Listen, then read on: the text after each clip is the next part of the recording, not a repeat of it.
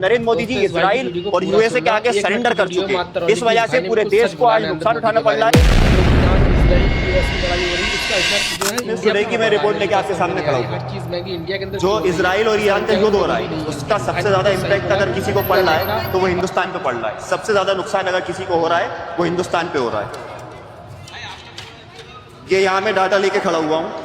38% China के पास है वहां का रूप। उसके बाद सेकंड नंबर पे अगर सबसे ज्यादा शिपमेंट वहां किसी से हो रहा है, किसी का हो रहा है, चाहे एलपीजी गैस हो चाहे ऑयल हो, उसका 15% हिंदुस्तान के पास है।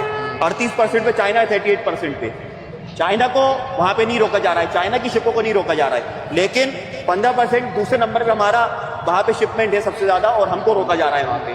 तो ये नाइंसाफी क्यों हो रही है? इसकी वजह यह है कि एप्स्टीन फाइल के अंदर जो नरेंद्र मोदी जी और उनके मंत्री का नाम आया है, उसके साथ साथ यूएसए के अंदर अडानी के ऊपर केस चल रहा है। पूरा हिंदुस्तान जानता है भारतीय जनता पार्टी का जो पैसा है वो पीछे के दरवाजे से अडानी के पास ही रहता है।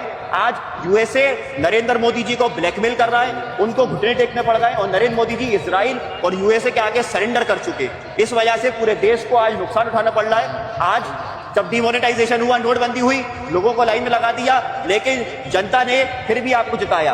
उसके बाद जीएसटी लगा के पूरे बिजनेसों को ठप कर दिया, फिर भी जनता ने जिता दिया। उसके बाद आपने देखा होगा कोरोना के अंदर मजदूरों को पैरों में छाले पड़ गए, कई मजदूर मर गए, लेकिन ये लोग उनको गाड़ियों की व्यवस्था नहीं दे पाए। उसके बाद भी जनता ने जिता दिया क्योंकि उन्हें मालूम है कि आखिर में कुछ नहीं, हिंदू मुस्लिम करके हम जीत सकते हैं। नफरत इतनी फैलाती है हिंदुस्तान के अंदर कि दिल्ली के अंदर तरुण जैसे लोगों को मारा जाता है। नफरत का नतीजा है। वहीं लखनऊ के अंदर उन्नीस खान जैसे 12 साल के एक मासूम बच्चे को सर पे गोली मारी जाती है रमजान के वक्त रोजे में। उसके बाद आप देखिए आज जब जवाबदारी नरेंद्र मोदी जी को लेनी चाहिए, लेकिन आज वो गायब है, पार्लियामेंट के अंदर नहीं आ रहे हैं। उनका काम सिर्फ इतना हो गया है कि नफरत फैला के चुनाव जीतना, बस उसके बाद अपने घर बैठ जाना। ऐसा नहीं होगा।